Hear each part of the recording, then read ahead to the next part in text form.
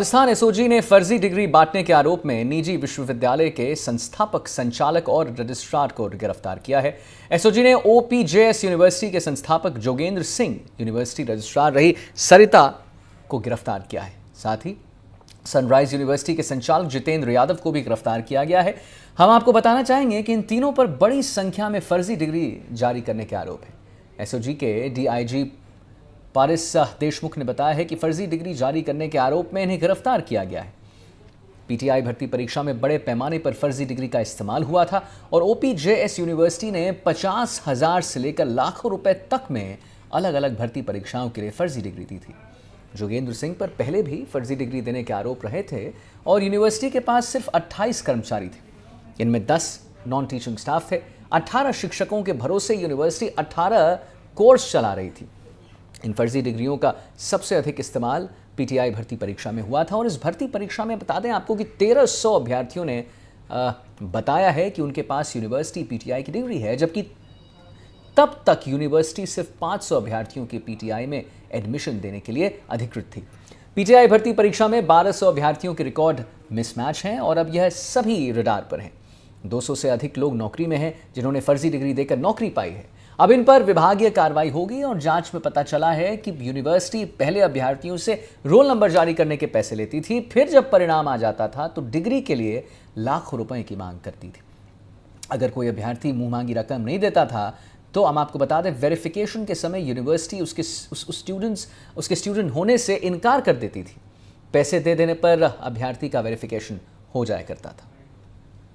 2013 से लेकर 2015 तक ओपीजेएस यूनिवर्सिटी की रजिस्ट्रार और 2015 से 2020 तक ओपीजेएस यूनिवर्सिटी की चेयरपर्सन और जोगेंद्र सिंह की महिला मित्र सरिता कड़वासरा को हमारी टीम ने अभी रोहतक से डिटेन कर लिया है, जिसे भी यहाँ लाकर इसकी गिरफ्तारी की जाएगी।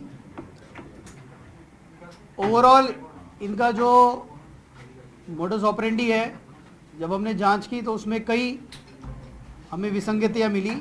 उदाहरण के तौर पे जैसे पीटीआई भर्ती हुई वर्ष 2022 की, तो पीटीआई की जो मान्यता है ये ओपीजेएस यूनिवर्सिटी को वर्ष 2016 से इसको मान्यता मिली। तो 2016 से 20 ऐसे 5 कोर्सेज चले, तो मैक्सिमम भी इसके 500 स्टूडेंट्स ऐसे होते हैं कि जो बीपीएड कोर्स इन्होंने वैलिड रूप से किया हो, परंतु जो नॉमिनेशन आए उसमें 1300 से ज़्यादा लोगों ने फॉर्म में ये अंकित किया कि हमने बीपीएड की डिग्री ओपीजेएस से की है। जो राजस्थान सरकार के बीपीएड के नॉर्म हैं कि भाई एक एंट्रेंस टेस्ट होगी, काउंसलिंग होगी और उसके पश्चात एडमिशन बीपीएड में होगा, उसको इन्होंने पूरी तरह से फ्लाउट किया है। डायरेक्ट एडमिशन दिए हैं, कई एडमिशन इन्होंने बैकडेटेड दिए हैं, कई अपने दलालों के साथ मिलकर फर्जी खेल प्रमाण पत्र जारी करने का जो बिजनेस है, अगर मुझे फर्जी खेल प्रमाण पत्र चाहिए तो I need a admission in some college, तो वो एडमिशन ये टेम्पररी रूप से पैसे लेकर दिखाते और वो गलत तरीके से जो भी इनके गेम्स खेले जाते हैं और उनको फर्जी सर्टिफिकेट मिलते हैं। इन्होंने अपनी जालसाजी छुपाने के लिए वर्ष 2016 से 20 तक का रिकॉर्ड जलाना बता दिया। एक तरफ तो उन्होंने जलाना बताया और उसके बाद लगातार जो परीक्षाएं हो रही है जिसमें इनकी डिग्री लेकर कैंडिडेट्स जा रहे हैं, उसको ये ट्रू या फॉल्स में वेरिफिकेशन का रिप्लाई भी उस संबंधित डिपार्टमेंट को कर रहे थे। तो जब एक बार रिकॉर्ड जल चुका, प्रश्न ये था कि भाई इनके पास कौन सा रिकॉर्ड है। जब ये खुद ही कह रहे हैं कि रिकॉर्ड जल गया, उसके बाद ये वेरिफिकेशन कहाँ से करें। तो हमारे साथ सोमू आनंद हमारे संवाददाता फोन लाइन पे जुड़े हैं, जिनसे हम बात करेंगे इसी विषय पे। सोमू, एक बात बताइए, 200 से अधिक लोग नौकरी में हैं और जिन्होंने ये फर्जी डिग्री जो देकर नौकरी पाई है, और अब बात सामने आ रही है कि इन पर भी विभागीय कार्रवाई होगी। क्या कार्रवाई हो सकती है इन पर जो ऑलरेडी नौकरी कर रहे हैं? सबसे पहले इनके वेतन पर रोक लगाने जांच के दायरे में आते हैं तो इनकी नौकरी भी खतरे में पड़ सकती है, क्योंकि एसओजी ने कई ऐसे लोगों की सूची बनाई है और पहले भी आरएसएसपी को भी सौंपी है। आरएसएसपी ने भी अपने स्तर से जांच की है, तो उन जांचों के आधार पे खासतौर पे शिक्षा विभाग में ये बड़े पैमाने पे कार्यरत हैं। शिक्षा विभाग को इन तमाम ऐसे लोगों की डिटेल जो है वो भेजी गई है जिन्होंने गलत तरीके से नौकरी हासिल की है। अब शिक्षा विभाग उन सब पर यह कार्रवाई करने की कोशिश में है कि उनको नौकरी से हटाया जाए और उसके बाद जो कानूनी कार्रवाई है उन पर फर्जी डिग्री जमा करने का, उसके आधार पर नहीं सोमू, तो JEE क्या की सिर्फ, हाँ तो सोमू क्या सिर्फ निष्कासित किया जाएगा या फिर कोई कानूनी कार्रवाई भी इन पर की जाएगी?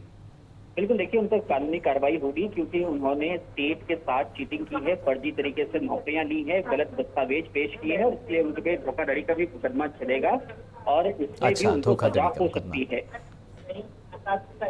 जी, और सोमू ये जांच में ये भी पता चला है कि यूनिवर्सिटी पहले अभ्यर्थियों से रोल नंबर लेती थी, उसके बाद जब पैसे नहीं देते थे तो वो कह देती थी कि हमारे यहाँ एक स्टूडेंट ही भी नहीं है, ये हमारे साथ। तो कितने लोगों के साथ ऐसा किया गया है और कितने वो लोग हैं जो पैसा नहीं दे पाए और उन्हें फिर निष्कासित कर दिया गया ये कह के कि हमारे यहाँ तो ये स्टूडेंट थे ही नहीं कभी? की जांच में यह सामने आया है कि जो नौकरी में लोग हैं ये खास तौर पे उत्तर भारत के अलग अलग राज्यों में फैले हुए हैं और उनकी संख्या जो है वो 1000 से ऊपर भी हो सकती है। हालांकि पूरे दस्तावेज खंगालने के बाद ही स्पष्ट हो पाएगा, क्योंकि आप ऐसे समझिए कि सिर्फ 18 कोर्स भी चलाते थे, उसके लिए इनके पास मात्र 18 शिक्षक थे। तो बड़े पैमाने पे इन्होंने फर्जी डिग्रियां जो है वो जारी की हैं, लेकिन वो डिग्री कितनी है क्योंकि इसका कोई रिकॉर्ड नहीं मिल पाया है, इससे वो संख्या ठीक नहीं बता सक रही है सोजी, लेकिन इतना जरूर है कि यह संख्या हजारों में हो सकती है। अच्छा। वही ये पूरा खेल जो है वो इस तरीके से चलता था कि पहले ही अगर किसी विद्यार्थी को किसी परीक्षा का फॉर्म भरना होता था, उसकी एलिजिबिलिटी के लिए वो अपने फॉर्म नंबर की, रोल नंबर की डिटेल जो है उसमें भरता था। ठीक है। तो रोल नंबर की डिटेल देने के लिए यूनिवर्सिटी के पैसे देती थी। जब उसका सिलेक्शन हो जाता था तो डिग्री के लिए भी उससे बड़े पैमाने पे पैसे दिए जाते थे।